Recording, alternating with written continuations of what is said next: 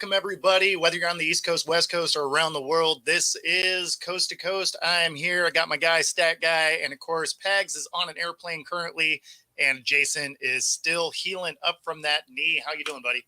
Oh, it's doing well. So you ended up rolling to Detroit. So what'd you end up covering out there? I just went to go watch the Red Wings and Blue Jackets. Oh, nice. So how's the game? An ugly first period, but the rest of the game was good. Showtime hit a game winner in overtime, so they ended up winning 4-3. Oh, okay. I mean, ultimately became a good game then. Yeah, not when you get outshot 20-3 in the first period and you're down 2-0.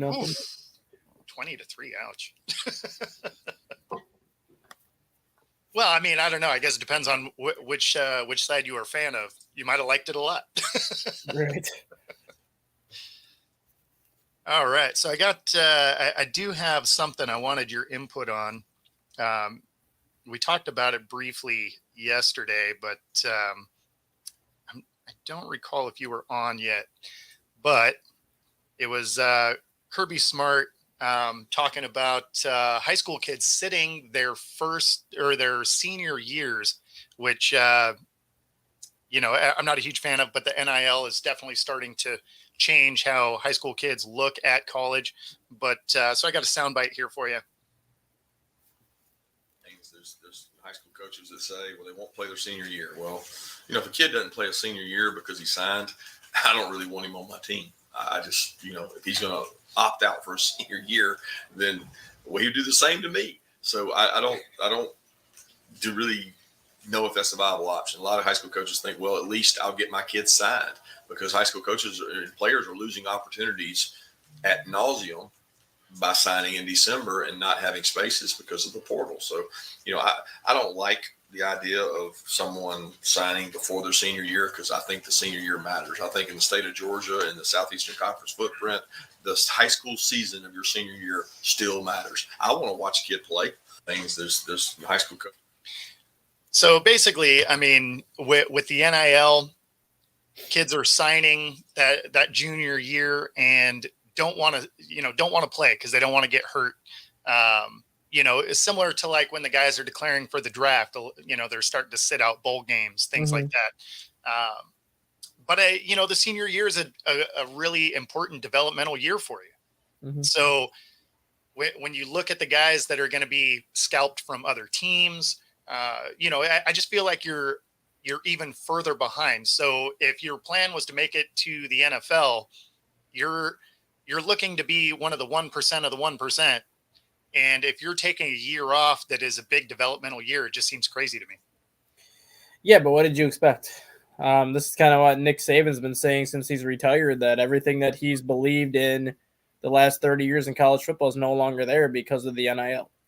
And I've kind of said this about not really a couple of years ago, but when last year, mainly when the XFL and USFL were both going on at the same time. Yep. In my opinion, it's going to be like how the NBA is right now, where if you go to college, you can be one and done. But you also have that option where if you want to go directly from college to the G League and play for that G League Ignite and things like that, you can do that. I think it's going to get to a point where some of these high school players are going to go directly to the UFL and just get that 1 year of experience with some of these players and then just hit the draft right after that. Because you look at a lot of the players that are in the UFL, yes, it's a mix of former NFL players that are trying to get one last shot at the NFL. It's a mix of these college graduates who may not have been good enough to get drafted, but they might be good enough to make a team once they can perform well enough. But if the NIL is really going to pay like whatever they're paying, why not just sign a kid like a high school senior for $500,000 right out of high school and be like, well, come play for the St. Louis Battlehawks for the next 2 years. We'll give you a 2-year, $1 million contract and prove that you can be an NFL player, and then you can just hit the draft after that. Yeah, because, I mean, at that point, you can still go after, endorsement deals, which is all NIL really is anyway. So, I mean, something like that would make sense. Obviously, it makes it a little bit harder because of the way that the XFL, UFL merged, right? Well, they want to go 16 teams by 2026, and I think ultimately that's when you might start to see this happening, as opposed to with the 8 teams right now.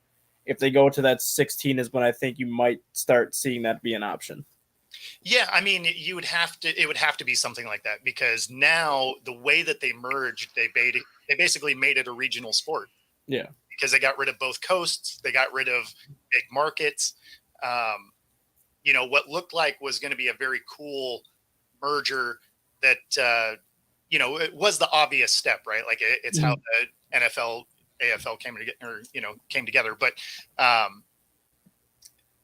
the way they ended up doing it, I feel like it's less of a desirable stop than it originally looked like it should have been. I honestly thought they were going to be 10 teams, not 8. I thought we would have a 10-team league to start and go from there.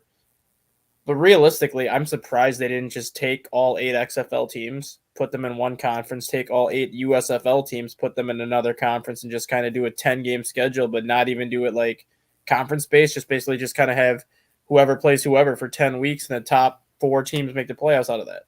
You would have had enough to do it because all these teams had all these players signed. Well, that's the thing that's what I was surprised about is they didn't go that route because realistically, I thought it was going to be. I thought they were going to lose a couple of teams because on the the USFL side, they didn't all play in their own stadiums. Yeah. Right. So they were already a little bit regional. So you thought a couple of those teams would fall away.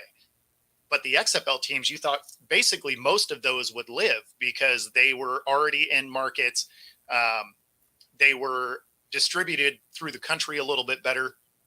So I thought it was going to be exactly that. I thought it was going to be, a couple teams would get lost in the merger, but it was mostly going to be complete, right? And now it's kind of odd that half of the league is Texas, and then and then you got a couple other teams out there. But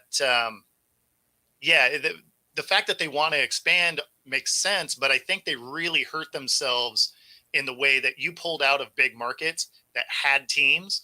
And it's not like they got rid of teams that were bad, right? No. So like here in Seattle, we had the Sea Dragons, right? Yep. That was a playoff team. And they drew well. They averaged like 24,000 per game. They drew well. Exactly. So the fact that they were, and then they pulled a team out of Vegas, right? Well, that was, Vegas never should have had one. No, but I mean, you're pulling it out of markets that go to games. And like you knew Houston was going to lose a team because you had the Roughnecks and the Gamblers. So you knew that Houston was going to lose a team, which ultimately you could have let Seattle keep one team and then Houston keep one team. But then you got to remember there used to be the AAF back in 2019, and you look at some of the markets that were in the AAF. Yeah. San Diego had a team in the AAF. Yeah. A team that never should have left San Diego to go to Los Angeles. So then when they brought spring football there, they were like third in average attendance that year, averaging 27,000 people. Exactly. Why not put a UFL team in San Diego because they're going to draw well. Look at St. Louis, for example. The one city that has lost the Rams how many times? Yeah, right. But yet they bring an XFL team there, and they are averaging almost 40,000 people per game because people pay to go watch football. Absolutely. Yeah, no, I mean, and then to then turn and make it the way that it is, you alienate the markets that you had already started to grow. Because now, even if somebody, say in Seattle or, Vegas, San Diego, whatever, doesn't matter, New York, right? Now they almost have like a anti-UFL stance to it. Because they're like, oh, they took our team away. I already bought gear. Like, no, I'm not watching that now. So, I mean, they actually hurt themselves as far as potential viewership because not only did you pull out of large markets that like football, but now you're alienating that same market by pulling out. It's one of those, like, I hope that league works. I don't know if this step long-term does that. I mean, this seems like one of those where they could ultimately end up bankrupting this thing. Obviously, Fox is a partial, owner, so that helps because you have a TV contract already, I guess. Right. But I don't know. I think this was kind of counterintuitive as far as growth. Yeah, I mean, there were certain markets that I can understand. Like, I'll bring the AAF up again too, and like the old XFL. But you had the New York Guardians. Yep. And then you also had the New Jersey Generals in the USFL. Sure. There's really no reason to keep both of those markets because they're so close to each other. They're both going to root for the same team. So you could have ultimately canceled one of them out. Then Yep. you had Philly and Pittsburgh. I understand the Philly and Pittsburgh rivalry, but I think you could have been fine with just going with either or instead of putting both Sure. teams in Pennsylvania because Pittsburgh fans would root for Philly, vice versa. You look at Florida. At one point, you had the Orlando Apollos in the AAF, who switched to the Orlando Guardians last year in the XFL. Yep. But the year before that, you had the Tampa Bay Bandits in the USFL. Tampa Bay and Orlando were separated by like 45 minutes. There's no reason to have those two teams ultimately that close. So then Tampa Bay ultimately moved up to Memphis anyways. And like with Texas, okay, Houston, yes. Dallas/Arlington, yes. San Antonio, I'm even okay with because San Antonio's a market that doesn't have professional football, and it's Texas, it's going to draw well. But Sure. like you said, Seattle never should have lost their team. San Diego never should have lost their team. I understand the attendance wasn't great when the Los Angeles Wildcats were a team, which is why they moved them to Vegas, but they put them in the worst possible stadium in Vegas, so you knew that wasn't going to draw well. You should have just kept them in Los Angeles because you at least were drawing 10, 11,000 people. Yeah, no, well, and as it sits now, New York, New York and New Jersey don't have a team at all. No, it's they don't. Yeah, even Philly doesn't have a team or No, Pittsburgh. exactly. So their Florida closest, lost their team. their closest team up in that area is either the DC Defenders or the Michigan Panthers. Yeah, I was going to say I thought it was the DC Defenders, and yeah, so Florida doesn't have a team either. Like it's if growth was your plan, this is exactly how not to do it. Unless their plan next year is because they're supposed to go 12 teams next year. So unless their plan next year is to go back to Seattle to get a team up in the Northwest, go to San Diego to get a team kind of in the Pacific coast, but kind of like southern spot, go up in the East, either New York, New Jersey, Pennsylvania to get a team there, or like Atlanta, Florida. Then you're at least adding 4 teams to like the 4 corners of the country that doesn't have a team. Yep. So you can at least get fans from that area. But then if you want to go 16 teams, which is what they said, I don't really know kind of what your market plan is at that point because you're not going to throw another team in Texas. You're not going to throw another team up in like Pennsylvania, New York. What are you going to do? Add a team into Chicago, which ultimately you probably could because they would probably draw well if you added a team to Chicago because then you have Wisconsin, Iowa, Indiana, all those like that whole area right there rooting for Chicago. So I mean, Chicago I think would be a very good option for future expansion, especially if the Bears ultimately build a new stadium. You would have Soldier Field just waiting for you where you could be like, here, 30,000 seats every Saturday for a USFL game. Yeah. Well, and I mean, they also should market to some teams that don't necessarily have professional football already, right? Because there's areas that want to go to games. Yeah, and like San Antonio, like for example, perfect one. Yeah. We said San Diego was a perfect one when they had it.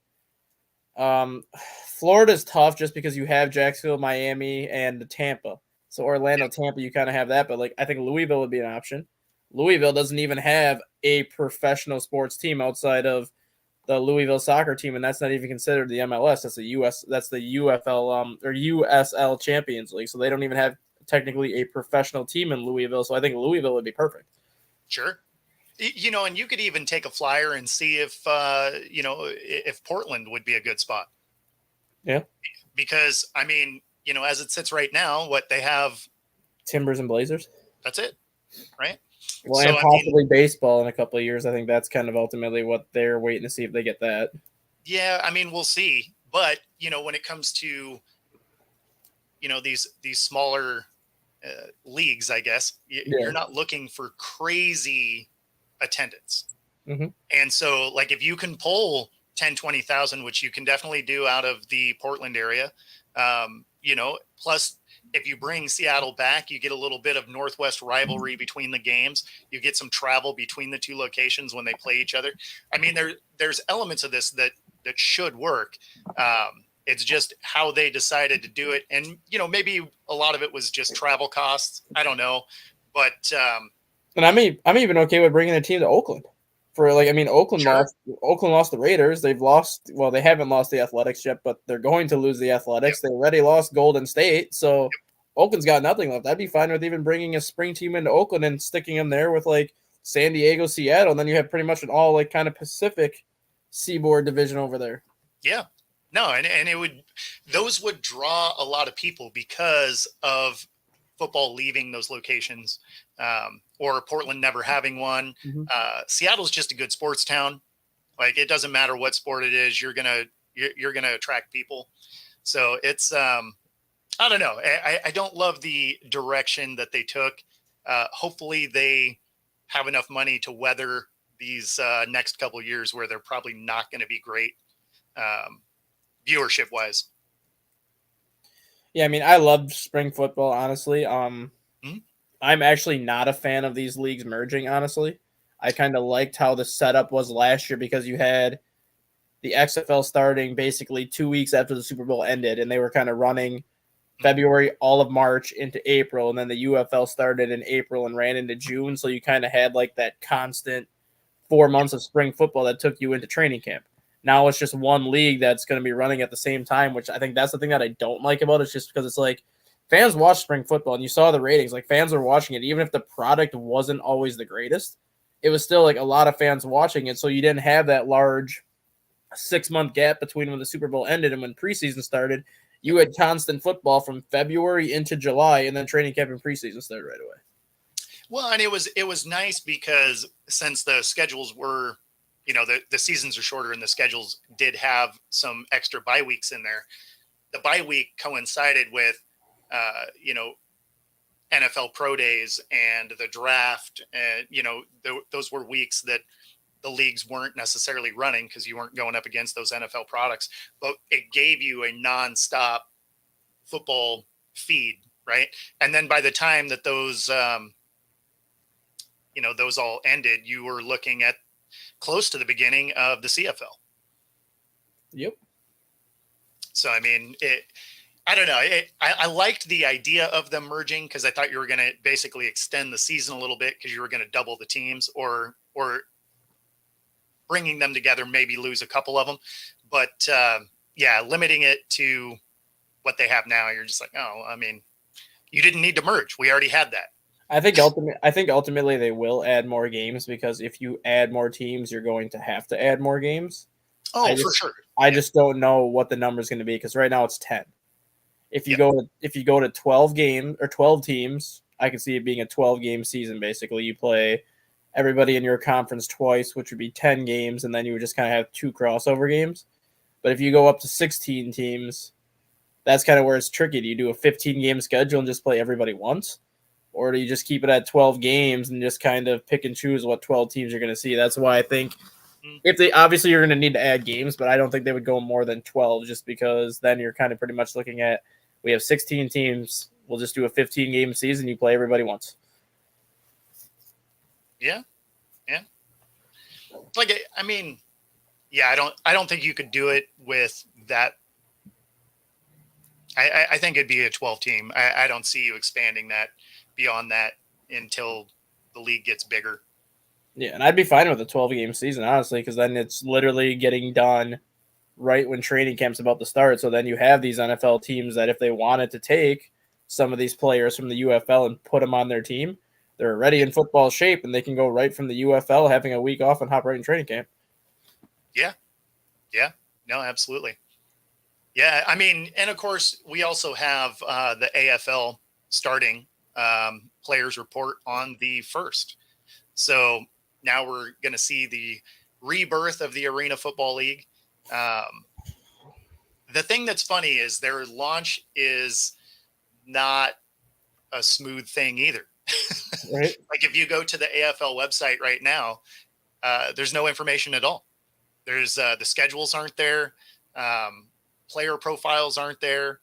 They obviously already have their players because the league starts, I think the first game is like 60 days out, but players are already going to be reporting here on the 1st. So, I mean, they should have an idea of who's playing, right? Yeah, for sure.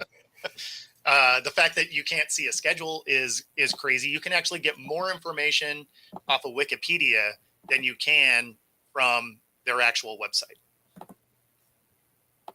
Well, somebody should update that is what they should do. Right?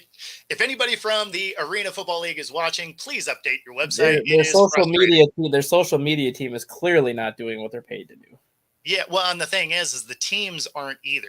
The team social media groups give you the exact same amount of information, so it's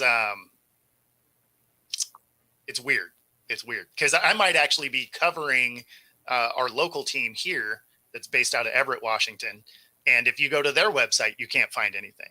There's only information on 2 players they've signed, and that's it. There's no other information. So. Working on getting my media credentials for that. But I mean, it's going to be kind of bad if my website ends up with more information than the team's website. Right.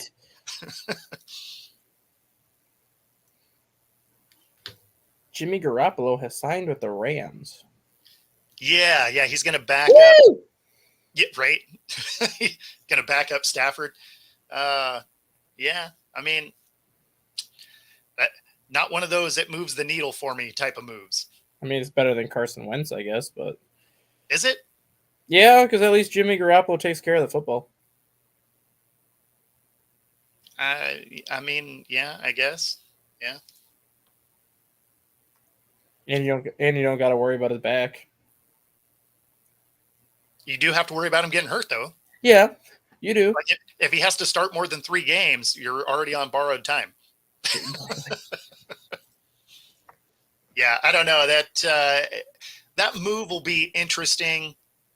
The odds of them having to use him is probably kind of good, right? Stafford,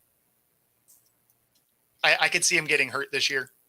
So, if he does have to come in, he does have a decent win percentage. I know people don't talk about, don't like that, a win isn't a quarterback stat, but at the end of the day, that's how he keeps getting jobs, is whether it's his fault or not. He has a good win percentage as a starting quarterback. Right. But so I got this question for you. The Bills, if they move on from Diggs post June 1st, they save $19 million. Mm-hmm. The projected trade partners would be Arizona, Texans, and the Giants. Now, Arizona could make sense, right? Because Kyler needs to he needs to do Arizona's probably going to end up getting Marvin Harrison in the draft. Exactly. So and you pair him with Diggs, all of a sudden that's a very scary offense.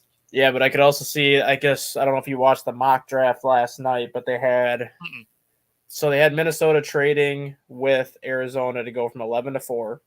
Okay. So then Arizona ended up getting picks 11 and 23.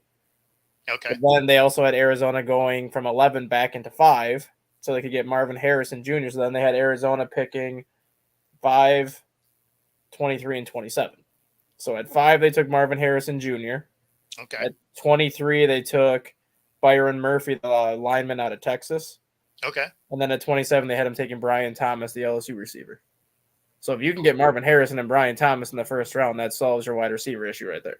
It does. And then you also don't have the diva action that Diggs brings.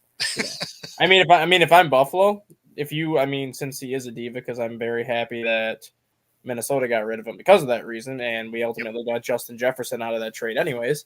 But I would send him to New York and make him suffer a little bit longer, just because if you want to be a diva here in Buffalo, we'll just send you to New York and you can just hope you were in the playoffs and not make it. But ideally, I think the perfect fit for him would be Houston, ideally. And that was the other thing. Houston doesn't need him, though. They do, actually, in my opinion. Because what is the one thing draft capital, though? Yeah, but what is the one thing that Houston offense lacks? Explosiveness, but and a veteran presence. Because you look at the receivers they have, you have Tank Dell, you have Nico Collins. Tank Dell tore his ACL in week 12, so there's no guarantee that he'll be ready for week 1. Diggs will be the veteran presence. Diggs will be that veteran presence that they at least need. I'm not saying he's a great locker room leader or anything like that, but he's still the veteran presence that has the playoff experience that roster lacks. Yeah, the thing is that the veteran presence you want? For CJ Stroud, I think it would be, just because it gives him another weapon to spread the ball around. Yeah, for me, I think the Texans are the least desirable of those three. And he's And- only got 2 years left, so it's not like he's going to be there long term. So even if he goes to Houston and it's not working out, you only have him for 2 years. It's not like you're tied down to him for a True. long term. Well, and you're not going to have to give up a ton to get No. him because they want to save cap, and it's already a situation that's deteriorated. So people know you want to get rid of him, or at least that it's a possibility. And So that's, you won't and have to that's the main, yeah, and that's the main reason why I think Houston's the best fit, because if he goes to Arizona, Arizona's going to want him long term because they have Kyler Murray extended long term. If he goes to New York, the Giants are going to want him long term because Daniel Jones is still there another 4 years, so they're going to want Daniel Jones to have somebody to throw to. Versus if you go to Houston, they have such a young roster, they're not going to need him long term. They're just going to need him there to fill in for the years that he's got left on his contract. Do you think Daniel Jones is there long term? The Giants sure look like they might just eat that contract. But at this point, like I don't think he's going to be there long term, but who are you going to get rid of him for? Justin Fields isn't available anymore. It's not like you're going to be able to draft a quarterback, because if Minnesota trades up to number 4 and number 5, 4 of the top 5 quarterbacks are going to be gone before you pick at 6. I think you could get. I mean, I think you just eat the contract, right? Eat the dead cap, and roll with Drew Lock. It's not really a talent drop. Yeah. I Drew mean, Lock's- I could see Drew that. Lock's cheap. And the funny thing is, now that you said that, that's kind of my fear with Minnesota right now. Like, yes, I want them to draft a quarterback. JJ McCarthy was the lowest one on my list, but if they take him, I'll be fine with it just because they're still drafting a quarterback. Sure. But my thought on that is Sam Darnold is 26. He's never had the weapons that he has now in Minnesota. When he was with the Jets, they were a complete dumpster fire, and you had Adam Gase, which I think ruined his career anyways. Sure. He went to Carolina. Carolina had nobody. So what is he going to do in Carolina? And yes, he goes to San Francisco last year, which has plenty of weapons, but he wasn't going to start over Brock Purdy. You're putting him in Minnesota, where he has the most weapons that he's ever had. He was a top 5 pick for a reason. If he goes out and actually plays well, obviously not like at an MVP level, but if he goes out and gives you 25 to 27 touchdowns and close to 4,000 yards passing, who's to say Minnesota's not going to give him like a Baker Mayfield contract, like 3 years at 100 million? So then I'm kind of sitting like, if Darnold goes out and plays well and he gets an extension, what was the reason for drafting a quarterback now? Because now you literally drafted a quarterback that's not going to start because you still have a 26-year-old that you can have for another 3-4 years. No, and if he plays well, I think they do extend him. And that's kind of why, that's one of the main reasons why I was mad that they signed him, because it's like, if your plan is to draft a quarterback, why not just roll with Nick Mullins this year? You draft a quarterback, you let that quarterback sit behind Nick Mullins, and you know Nick Mullins is for sure not a long-term starter. If Nick Mullins plays 7 games, you can yank him and then put your rookie in. But now you have a guy in Sam Darnold who is a number 3 pick. If he's playing well all year, you're not going to yank him, and he could be your short-term future too. So then you literally just drafted a rookie that's not going to play. Yeah. I mean, I guess in that scenario, you would look at that rookie, especially if they were a lower-end rookie where you weren't expecting him to play right away anyway. You'd look at that scenario kind of like the Jordan Love type of thing. You know, maybe he does sit for a year or two. Maybe that's not the end of the world for him. And it's not like he was getting a lot of help from Rodgers. So it's not like you're worried about, training or whatever, but mentoring, I should say. But yeah, I mean, that becomes a very interesting situation if Darnold goes out and balls. But the thing is the draft is before you ever see him take a snap. So, worst case, you're going to let him sit. The problem with that is if he struggles ever, they're going to be like, the fans will be, pull him out. And that's the main reason why I kind of did not want McCarthy, because if you're going to trade up to get a guy like McCarthy, a lot of people are going to want him to start the moment that Darnold struggles. That's kind of why I've been so high on Michael Penix, because injury histories, yes, but Penix is not a guy that is going to be expected to start week 1. And I think if the Vikings stayed at 11 and 23, you can draft Penix at 11, and fans are going to realize that this is more of your long-term option. You don't start him right away. And that's kind of the position I'm in right now, where if we have to trade up, so be it. But if we can get a guy like Penix at 11, why trade it? You have a guy in Penix that you can still draft that he may have to sit a year, but Darnold is a decent enough safety blanket because you probably know in the NFC North, Minnesota is the worst team right now. And they realistically might not be that bad. They could win. I mean, 7-10 is not a great record, but if you're 7-10 and you're a last place team, that just goes to show you how good your division is. And I think that's the position Minnesota is going to be in, where they're going to be competitive enough to win 7-8 games. But everybody else in that division, I think, is going to win 10 or more. So it's not going to matter who you draft. You think the Bears are going to be that good? If they get Caleb Williams, we're They're getting Caleb Williams. going to say, well. I mean, it is the Bears. I do cover the Bears for my job. And Okay. so I've kind of been talking with a lot of the front office people, this and that. Some of their scouts think Drake May is going number 1 Really?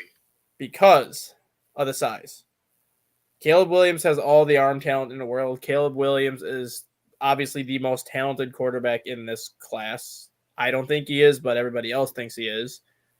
But Chicago wants a Josh Allen type of quarterback size-wise, which is what Drake May does. And Sure. the one thing that a lot of the scouts in Chicago are worried about right now is Caleb Williams has never played in a game below 40 degrees.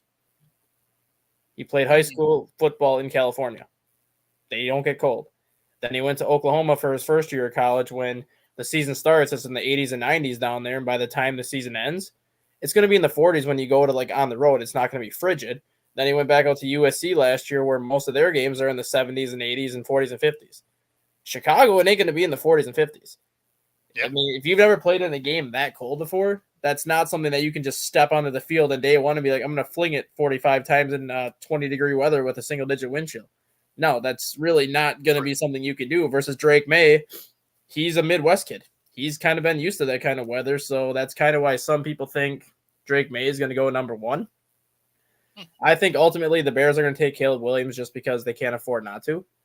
But if they end up getting Rome Odunze at number 9, your offense next year is going to be Caleb Williams, DeAndre Swift, DJ Moore, Keenan Allen, Rome Odunze as your wide receivers. You can have Gerald Everett and Cole Kmet as a double tight end option. Your defense was a top 5 defense in the NFL the last 10 weeks of the season last year after they acquired Montez Sweat. Everybody in that secondary is outside of Kevin Byard, who they signed as a free agent, is 25 years old or younger. All their linebackers are 27 or younger. If that Bears offense is, I mean, they were 7-10 last year with a 27th ranked offense. If that offense even gets, it's the offensive line I worry about. Yeah, but I mean, Caleb Williams at least has yes, Justin Fields has the escapability too, but Absolutely. Caleb Williams has that escapability where he can throw on the run and make something happen versus Justin Fields could not do that. So even if this offense goes from being 27 to even 17 or 18 this year, which isn't great, but it's a significant upgrade, that's 3 additional wins in my opinion, which puts them at 10-7, possibly even 11-6, depending on how things go, because their schedule right now, they have the 26th hardest schedule. So, I mean, there's games in there that they could win. And obviously Detroit's going to be loaded again. Green Bay is going to be loaded again. You could have 3 teams in that division winning 10, 11 games, and then Minnesota could be a 7-10 team, which, 7-10 is not great, but they're a team that's just stuck in a really good division where it's not going to matter what they do. Yeah. No, that makes sense. Of course, Penix to the Vikings makes sense. Yeah. No, I mean, the thing is and you know as well him well because he's played obviously at Washington, which is in Seattle. But the reason why I've been so high on Penix since basically October when he started to tear the cover off in college football, when you look at the offense that Kalen DeBoer put in place last year at Washington, it is almost identical to the system that Kevin O'Connell has in Minnesota. Odunze was his Jefferson. Dylan Johnson was the Alexander Madison. Jalen McMillan was Jordan Addison. He used that tight end a lot, just like TJ Hawkinson was used. That's why he's kind of been my guy that I wanted in Minnesota, just because it's the same exact system. My big thing was Minnesota's offensive line is terrible. Yeah. Well, I mean, the thing is they, of the guys coming out, I think he throws the best football. Oh my God. Yeah. His deep ball is ridiculous. Absolutely ridiculous. Absolutely. I mean, he doesn't have the athleticism that a lot of the other guys have. No, And obviously his injury history is a concern. especially with Minnesota's offensive line. That was kind of my big thing where it's like, Exactly. But I listened to the Locked On Vikings podcast the other day, and the host of that show said basically out of the 5 or the 6 like top name quarterbacks, he had Michael Penix ranked 6 out of 6. So I'm like, okay, I kind of want to hear your reasoning. He said Michael Penix has a weak arm, is not very accurate with the football, and makes stupid decisions. I'm sitting there like, what games were you watching? Because last time I checked, he's got a freaking cannon for an arm, and he fits balls in windows that nobody else can fit it in. Right? Was he watching Bo Nix? I think he was watching the Michigan game on the national championship, and I think he was watching that Oregon State game where Penix had a bad first half. But I'm like, take those 2 games away. Right? I don't know what Michael Penix you're watching because his arm is a freaking cannon. Well, not just that, but like when you were watching the national championship game, he was on the ground all the time. Like, how did you expect him to complete passes? Like, I can't really fault the guy if your offensive line is just getting torched. And even when he wasn't getting torched, like the first half, like they weren't playing very well the first half. I'm not going to take anything away from Michigan, but if you look at the first half, there was like 3 throws in that first half that Michael Penix just missed. One was like just out of the reach of Odunze. One, Dylan Johnson dropped, and he had like 35 yards of green space in front of him. And then that one hit him in the hands, though. Yeah, and then the other one was a perfectly thrown ball to like Jalen McMillan. It's just that the Michigan defender dove in front of McMillan, and he lost sight of the ball before he could hit it. So It's not like, and you mean 2, if you complete 2 of those 3 passes, that is a completely different game. And I guarantee Michigan is not able to pressure them the way they did the second half because they would have been playing from behind as opposed to playing from ahead. Yeah, well, and not just that, but you could tell that they were afraid of Michigan because of the way they were playing defense, right? Because they were overcommitting a ton in that first quarter where they gave up 14 points right away. Yeah. And it's because they were just out of position because they were trying to be hyper aggressive, which I get it. But at the same time, you earned your way to the title, play your game. And they definitely got out of their game, which put them behind. And then when it became crunch time in the fourth quarter, they just didn't have anything for them.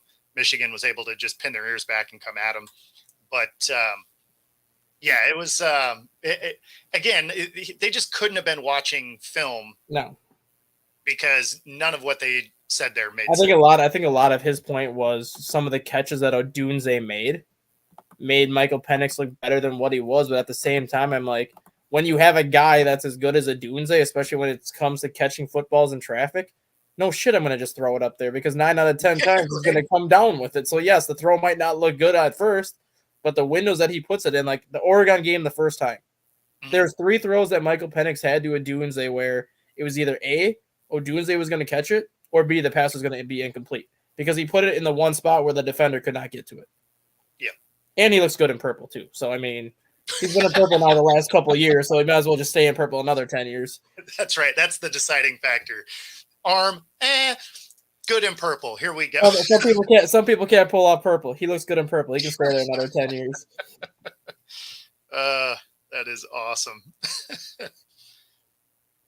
So as we roll into the NFL a little bit here, I was hoping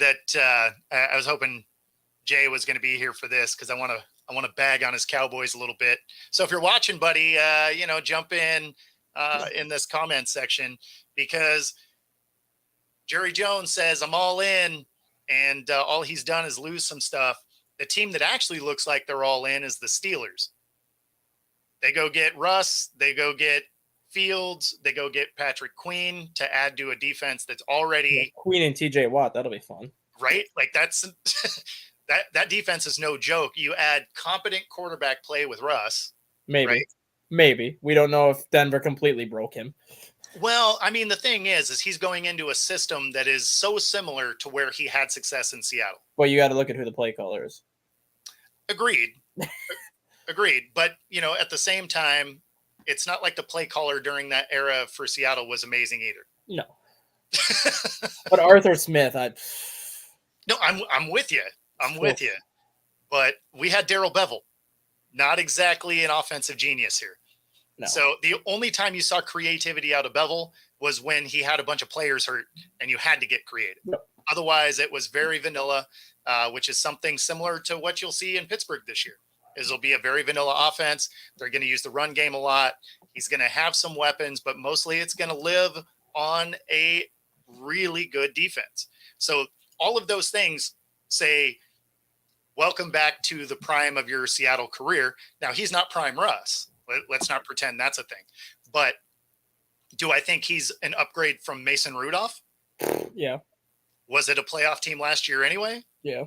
Well, yes and no. They kind of backed in, but yes and no. I mean, still, right? Yeah. So not having Deontay Johnson is going to hurt him because now you literally have George Pickens and that's it.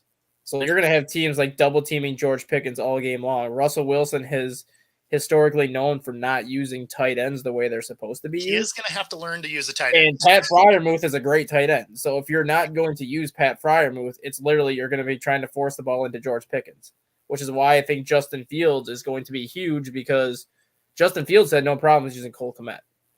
And he has no problem using the tight end. And I honestly think Justin Fields is going to be the quarterback of the future in Pittsburgh. I just think they're going to kind of use him to learn.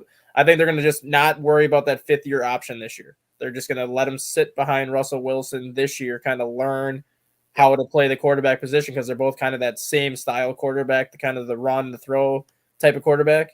And then next year, I think Pittsburgh picks up Justin Fields' fifth-year option next year, basically says, here's your one-year prove-it deal. Prove what you've learned from Russell Wilson. And then if he does well, it's going to be a similar thing to Baker Mayfield, like a 3 or 4 year contract for like 100 to 130, depending on the term. Yeah.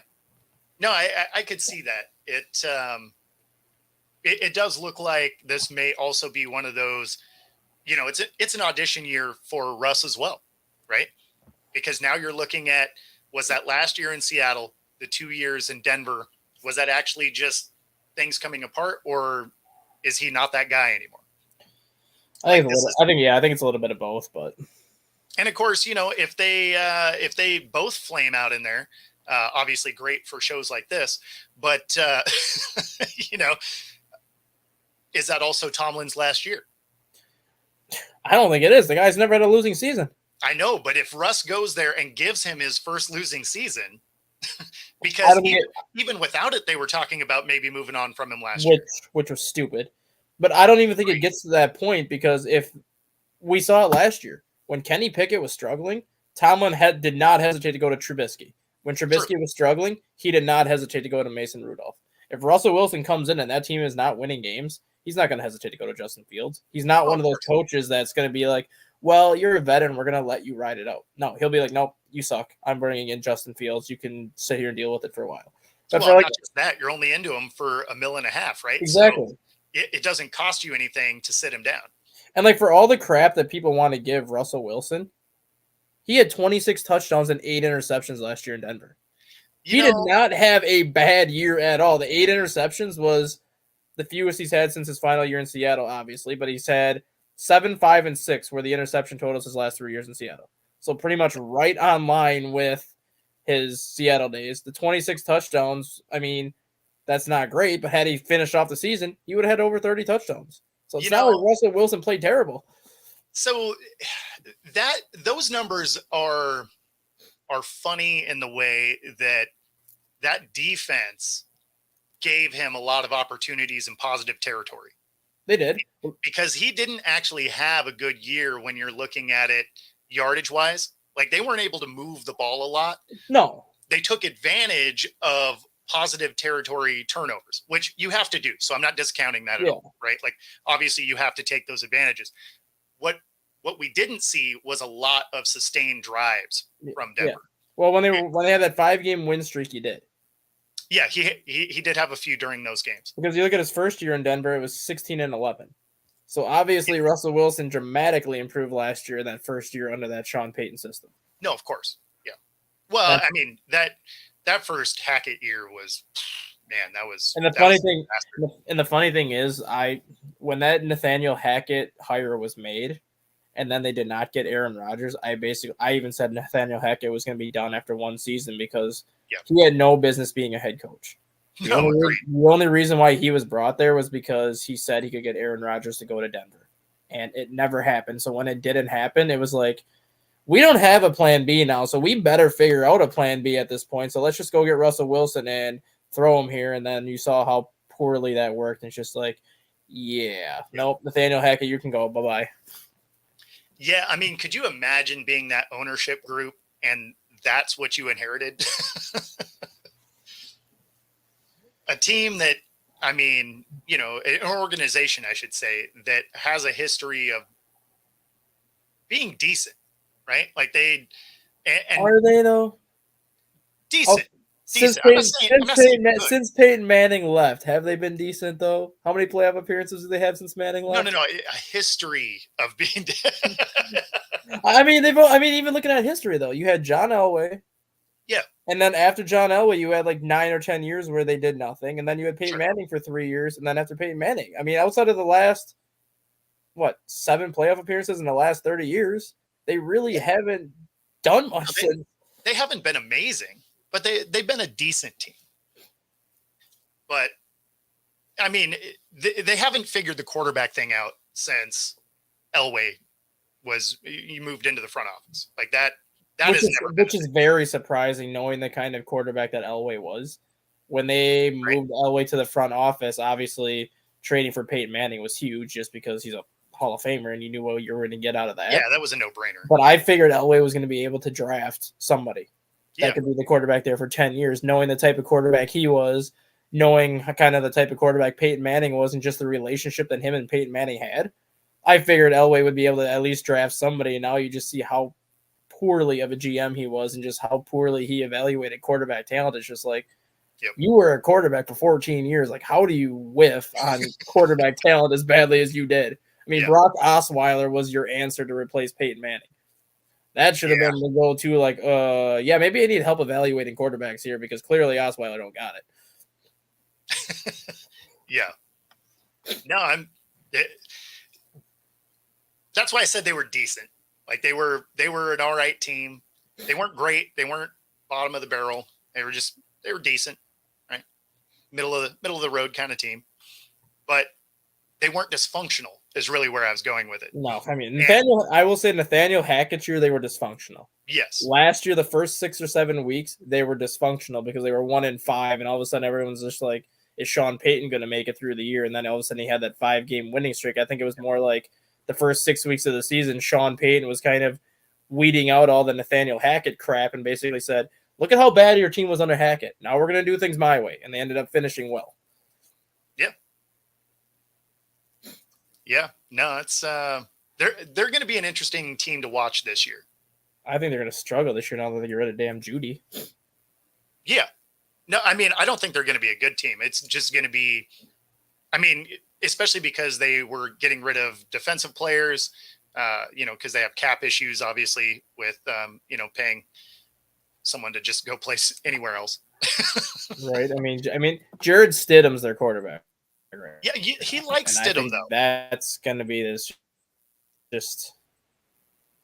That is one thing that's funny about Sean Payton is for whatever reason, he does like Stidham. He likes Stidham, but I think Jared Stidham reminds him of Drew Brees, which is why he wasn't afraid to make the move when he did. Yeah. But if Jared Stidham is honestly your answer at quarterback this year, I think it's going to be a long year. Like Denver's that other team that, in my opinion, needs to go quarterback in the first round. But I don't think they will because of where they pick. I don't think there's going to be anyone left unless you want to go Bo Nix in the second round, because I don't think Bo Nix should even be taken in the first round. So if he's there in the second round, I'm not going to be shocked to see Denver maybe trade up to like that kind of the 35 or 37 range and then take Bo Nix early in the second round and kind of have him as quarterback in waiting. Yeah. I mean, Bo Nix that's funny because his projected draft position is the widest of all of them. Like it can be mid first round to mid to late second round. And that's because you don't know what Bo Nix you're going to get. Like if you're looking at the Bo Nix that we had this year in Oregon, he'd be a top 15 pick. But if you're looking at the Bo Nix that you got at Auburn, he'd be a third rounder. So it's just like, what Bo Nix are we going to get? Are we going to get the one that seemed to excel in the Oregon system? Or are we going to get the one that completely floundered in Auburn? That's why I wouldn't be surprised if Denver just kind of, I'm not going to call it a reach, But I think Denver, if he is available after that first round, I'm not going to be surprised to see Denver trade up to maybe get him within those first couple picks of the second round just to say they have him. Yeah. Well, and I mean, it would be a scenario where he doesn't necessarily have to play day one either, which is going to be good for him. You know, I think Bo Nix is that guy that he does have talent.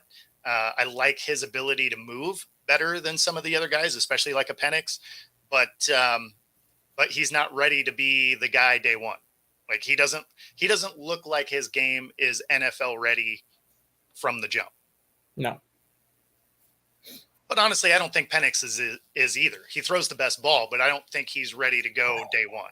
See, that's where I think I disagree with a lot of people. Yeah. And I said out of all the quarterbacks in this year's class, I think Penix is actually the most NFL ready. See, I actually don't like any of this year's picks to be day one starters. Out of all of them, well, Caleb Williams obviously will be. Drake May will be. But well, I know if, they will be. I don't think it'll benefit their careers to be. No, I don't either. The only one to sit. The only one that I thought it would be Penix just because of his injury history. He's already sat out. He's already gone through the injury history. He's worked himself back to get to the level that he's at, which is kind of why I felt he was the one that would be most NFL ready because of what he's had to go through to get to where he's at. Like Caleb Williams had the USC job handed to him, took over for Spencer Rattler. Drake May walked into a terrific offensive system with Phil Luongo before Luongo went to Wisconsin. Jaden Daniels inherited one of the best offenses in the SEC with Brian Thomas and Malik Neighbors after being at Arizona State, who was garbage. So, I mean, those three guys inherited a great system. Yeah. Michael Penix came from Indiana where, injuries aside, he was a great quarterback at Indiana, which people fail to realize. And if you go back and watch him, he could have beaten Ohio State twice. There was, I believe it was his sophomore year before he tore his ACL that second time. Indiana was beating Ohio State 20-10 in the third quarter when Penix got hurt. They lost that game 23-20.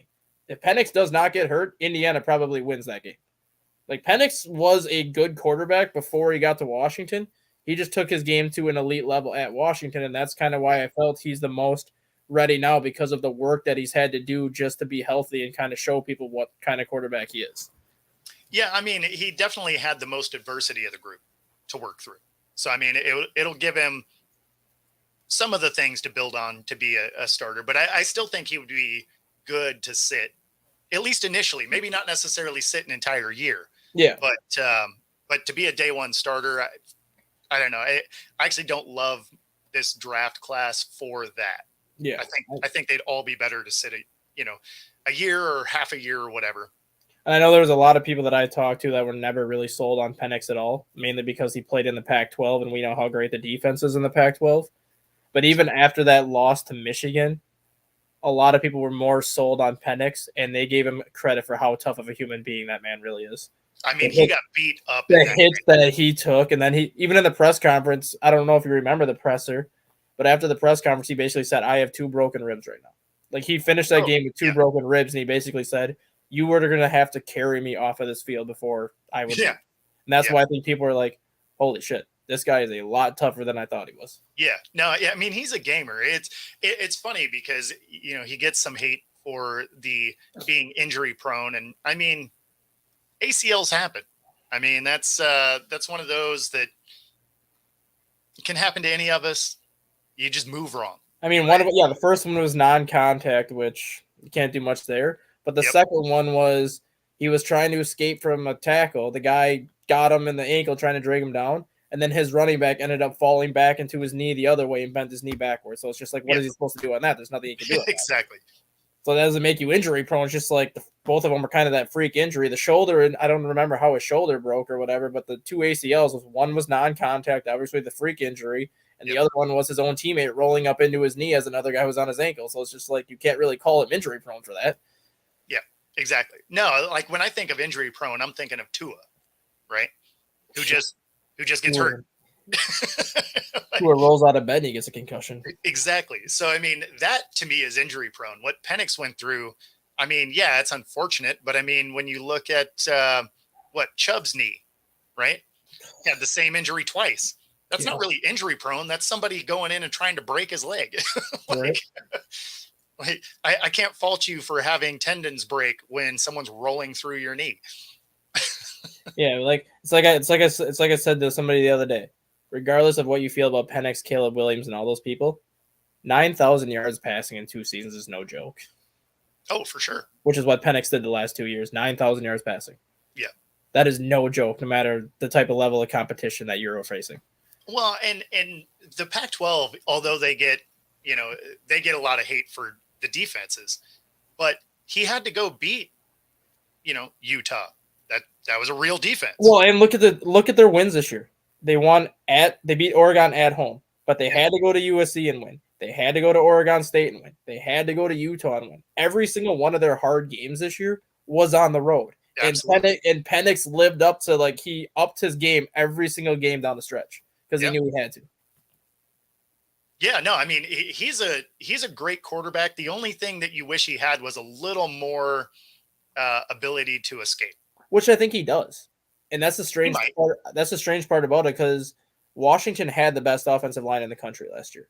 Yeah. So I don't think Penix really had to use his legs because he had the protection and he gets the ball out so quick and most of the time that he never had to use it. You started to see that mobility against Michigan, but the problem was by the time he started to use it, there's 3 Michigan defenders in the backfield, so he couldn't go anywhere anyways.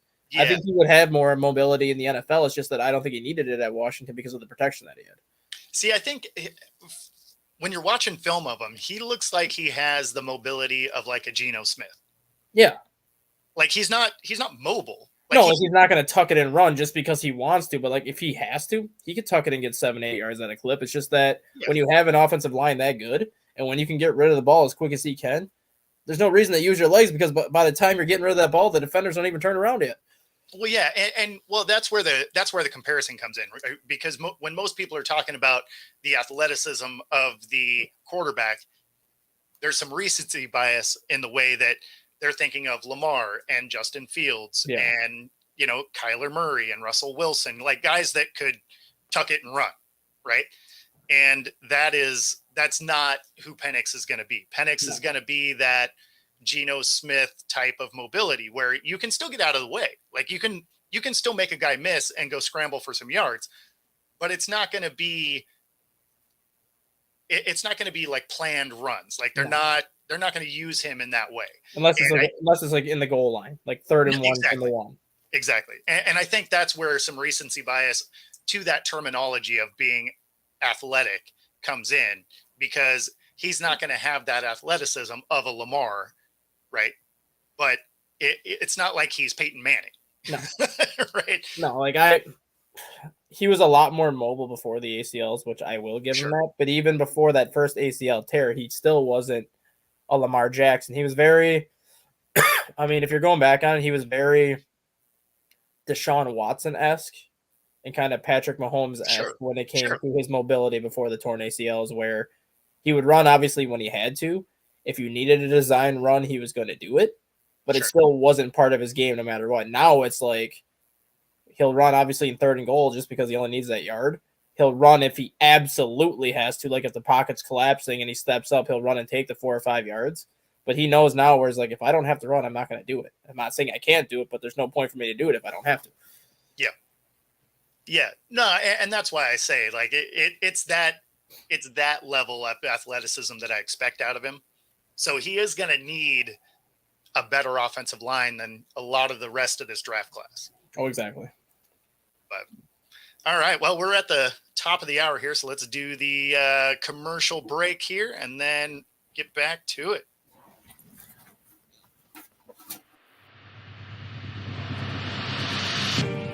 This is Reggie Jones, owner and founder of Air Sports Academy. Air is based on 4 core principles: heart, education, integrity, resiliency. AIR is about developing student athletes physically and mentally through training, mentorship, and effective marketing. We've created a platform and a blueprint for our state to shine in the brightest of lights. I created this program because it was a need for our state. We needed to have the light shine on the student athletes in our region, and now that is happening at an all-time and undeniable rate. We created a lane for the kids in our state to get their college education paid for and set their families up for future success. We created an environment where serious athletes can now come compete fearlessly. We've achieved this through our variety of elite programs. Our 6-month off-season program, where first-year starters or seasoned vets can all come develop. Our 5-on-5 program, which is all about our line. Our youth tackle program, which is the first and only youth tackle team from the state of Washington to ever win a major national championship. Our 7-on-7 program, which is ranked top 10 in the country every year. Our high school 11-on-11 club tackle program, which creates unique and much-needed opportunities for our kids. Our college prep program, which allows our graduates to come back from college and prepare for the upcoming season. Our track and field program, which creates an opportunity for our young air boys and air girls to continue to get faster. When you're a national program, you receive national respect, which is why when you look at recruiting boards and top player lists from around the country, you'll always find players from Air on those lists. Which is why college coaches from some of the most prestigious schools around the country come into our facility to recruit our players. The Penn State, Alabama, Oregon, Stanford, Florida State, the list goes on. Our players are being recruited, offered, and committing to some of the top schools in the nation. The experience our players and families receive is second to none. We offer a competitive brand of sports at Air. We are the ball. And with that comes great responsibility. Heavy is the head that wears the crown. This is Air. All right, and welcome back, everybody. Stat Guy had to jump on a Zoom call, but we will keep rolling here. And then Rob, Stat Guy, is a Vikings fan. Oh, looks like he's back, actually. I got 10 minutes yet. Oh, okay. 12 and 10. Right on. So how close do you follow like D2 football or the FCS? So I'm not. I don't follow it real close. It's one of those I kind of keep an eye, but not a real tight one. Because I think honestly the most underrated quarterback is in D2. I think he could be similar to kind of like what a Tyson Bagent was last year, where if he gets drafted, he would be a 7th round pick. Okay. But one quarterback that people need to pay attention to is John Matoka. Okay. He's out of the Colorado School of Mines, which is a Division II powerhouse. They went to the D2 national championship game this year. Okay. He's been there for 5 years, but he's played 4, obviously, just because he redshirted his freshman year. He is the all-time leader in touchdowns for any collegiate level. So FCS, FBS, Division II, Division III, so on and so forth. So he's got 28 career rushing touchdowns. He's got 15,000 yards passing with 162 touchdowns and 52 interceptions. Wow. So he's got over 200 career touchdowns as a starter, counting passing and rushing. That's impressive. And he's 6 feet, so he's a bit undersized. He's 200 pounds, but still, like, I don't care if you're playing D2, FCS, what level you are. Those kind of numbers are not numbers that you can just look at and ignore. That's why I think he could be a D3 or day 3 pickup in round 5 or 6. That ultimately could be maybe the next Brock Purdy, where once he gets that shot, he doesn't give it up. Yeah, no, that would be. Yeah, those numbers are crazy. And that, I mean, even when you look at it from the passing, that's a 3-to-1 touchdown to interception. Yeah, 3.4 to 1. Yeah, 3.4 to 1 touchdown to interception ratio. His completion percentage was 71.4% over the course of the 4 years. Wow.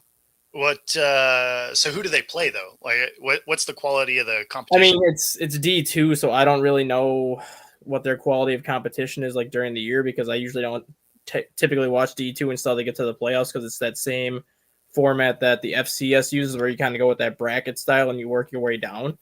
But a lot of the games that they were playing, they would be putting up 56 to 60 points a game, and he'd be responsible for like 6 or 7 touchdowns. Oof. Okay. Yeah, no, that makes sense. But yeah, I mean, I think he'll be like the next Brock Purdy, where he's going to be a late day 3 pickup, and someone's going to take a shot on him, and all of a sudden their starting quarterback's going to get hurt. They're going to throw this guy in there, and it's just like, well, then I think we found somebody here. Yeah, I mean, I could see that being a last day pickup. You know, if you have a 7th round pick that you want to use as a flyer, sure. Either that or maybe even with those numbers, just because who knows what that competition's like, that could be one of those undrafted free agent type type acquisitions. You grab him after the draft is over.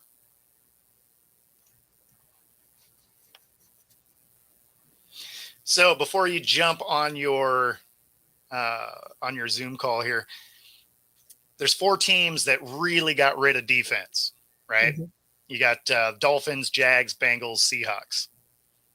Which one of those you think actually makes the playoffs?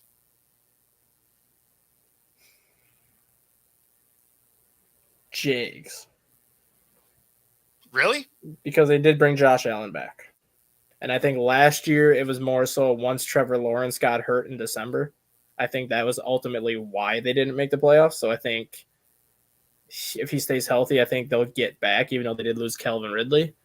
But I mean, losing the defense is one thing in Miami, but losing Vic Fangio is going to be the biggest loss on Miami's defensive side. Because Vic Fangio is one of the best defensive coordinators of all time. The Miami defense was never great last year, but they were kind of right around that number 17 to number 19 part most of the year. But once Bradley Chubb got hurt and once all those injuries started to pile up is when the Dolphins defense went south. You're not only losing a bunch of pieces, but you're also losing Vic Fangio, who's going to Philadelphia. So I think losing Fangio is more so going to be the toughest thing for those Dolphins to overcome as opposed to the players themselves. Yeah, I mean, honestly, I think all these teams could miss the playoffs this coming year. The Bengals, I mean, the Bengals is going to be tough because Joe Burrow got hurt last year. So, I mean, if Joe Burrow stays healthy all year, do they sneak in? Maybe. I mean, that's the other team. Like, do they beat anybody in their division?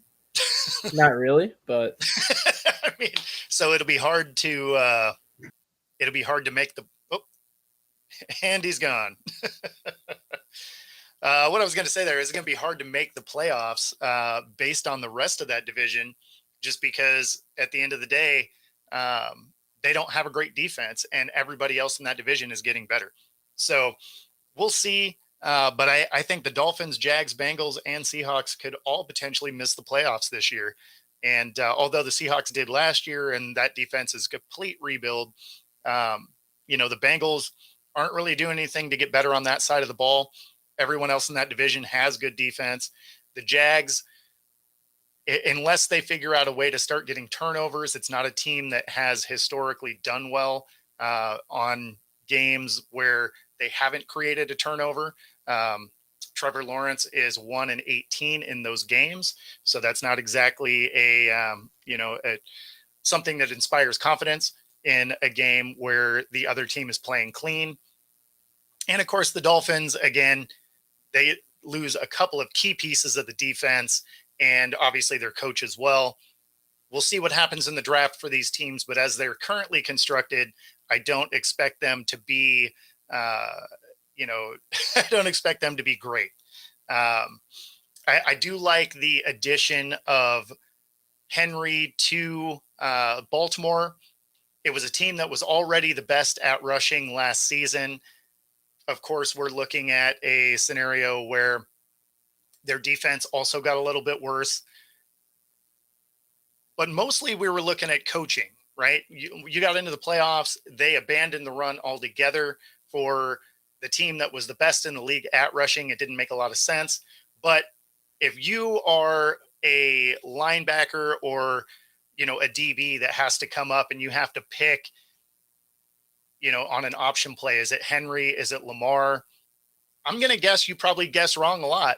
And even if you do, guess that situation correctly, a lot of DBs have a hard time tackling a guy the size of Derrick Henry. Because as I recall, he's 6'5", 6'6", something like that. Like, he's a big dude and, and weighs a lot. So a lot of your DBs don't have the size to take him.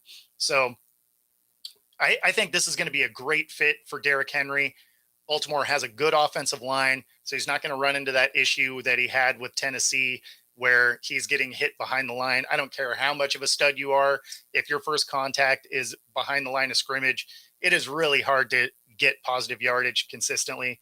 So I'm excited to see how that comes together, just to see how they use Henry and how effective that can be. All right. So then we got, do the Colts make some noise now that Anthony Richardson is going to be back? I feel like at this point, it's probably the Texans division to lose. Again, I don't trust the Jags moving forward. And so I like Houston. I think the Colts could do something. They look decent with Gardner there while Anthony Richardson was hurt.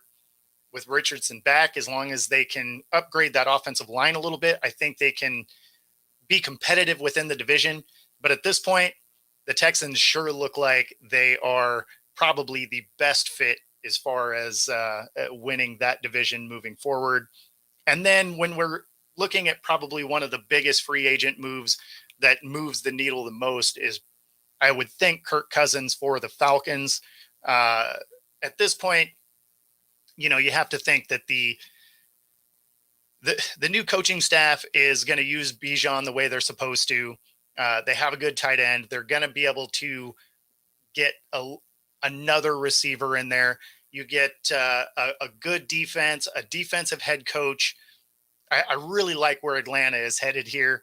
You add Kirk Cousins. That gives you much better, quarterback play than what they had before. I really like that, again, the direction that is headed. And so we'll see, but I think Atlanta can take that division. So I know a lot of people are saying that it's going to be the Bucs because they re-signed Evans, they re-signed Baker, but I'm just not a huge Baker believer, right? Like he has moments where he plays incredibly well, and then he'll have another game where it completely falls apart. So do I think this is a good situation for Baker? Sure. And I'm happy he got paid. Like he finally got to a spot where he gets some of that money. He finds a little bit of stability. So I do like that for Baker. I think the fit is good for Baker, but at the end of the day, I think the Falcons can do enough to win that. And then when it comes to the Saints, who, I get it, on paper, they're supposed to be a good team. They have good defensive pieces. Derek Carr's not a bad quarterback. They have, Alvin Kamara. Like they have nice pieces on the team, but for whatever reason, they just haven't been able to equate that into wins, and they kept their coach. So it's not like I see anything changing there. It'd be one thing if they fired their coach and, they go a new direction. Somebody gets to use all these pieces and move it the direction you think they're supposed to go. But when they decided to keep their coach, you have to just think it's going to be more of the same. And if that's the case, I don't think they can keep pace with the Bucs or Atlanta at this point. So it is, even though I picked the Saints to win that division last year, I'm not as bullish on this team after watching the way that it was coached and just how those pieces didn't fit together. That's like having every high performance piece, but not actually bolting it together. It's just going to fall apart. Doesn't change the fact that you have high performance pieces. They just don't work together. So ultimately, I do think, Atlanta can get that division. Houston gets that division. And talk about just the speed of the turnaround of those two teams. They go from being bad, really, to way too early predictions of potentially winning their divisions. So I really like how those are headed. I'm going to be interested to see how that all comes together. We're going to call it a little bit short today, and but we will check you guys tomorrow morning. Hopefully Jay is feeling a little bit better and can pop on for a minute. Pags will be back home, and he's in transit right now. So we will see everybody tomorrow. Thanks again for tuning in. And other than that, we will catch you guys tomorrow morning.